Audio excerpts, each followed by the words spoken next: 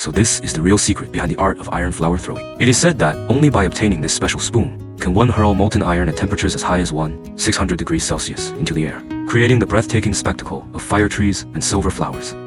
But what you probably would never expect is that the spoon used to scoop the molten iron, though made of ordinary willow wood, is coated in a mysterious black substance, a secret that remains little known even today. The artisan first carves the willow wood into the shape of a spoon, then soaks it in water for more than 3 days. At this point, the wooden spoon is saturated with as much water as possible, yet still not capable of withstanding the searing 600 degrees Celsius heat. However, once coated with the mysterious black substance, this ordinary willow spoon suddenly gains the ability to resist intense fire. The artisan puts on a soaked sheepskin coat, worn inside out, then hurls ladles of scalding molten iron into the night sky. Only then is the dazzling display of fire trees and silver flowers born, and it is said that some daring souls perform iron flower throwing not only without protection, but even bare-chested. It's truly hard to imagine the level of courage that takes. Unexpectedly, silk can also be used to make flowers, and even a single blossom can sell for tens of thousands.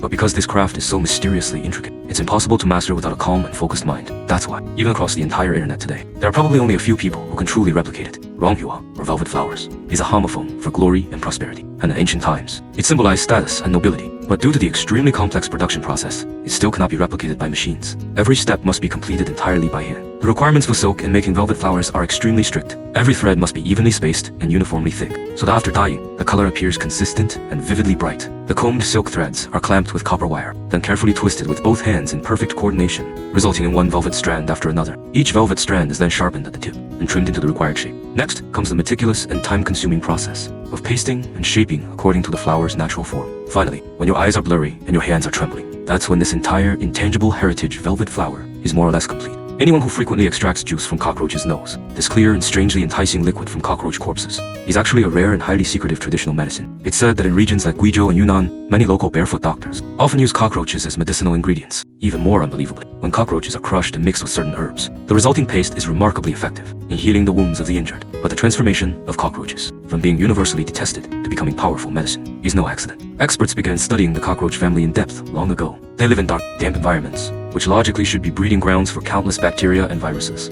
Yet true survivors never complain about their conditions.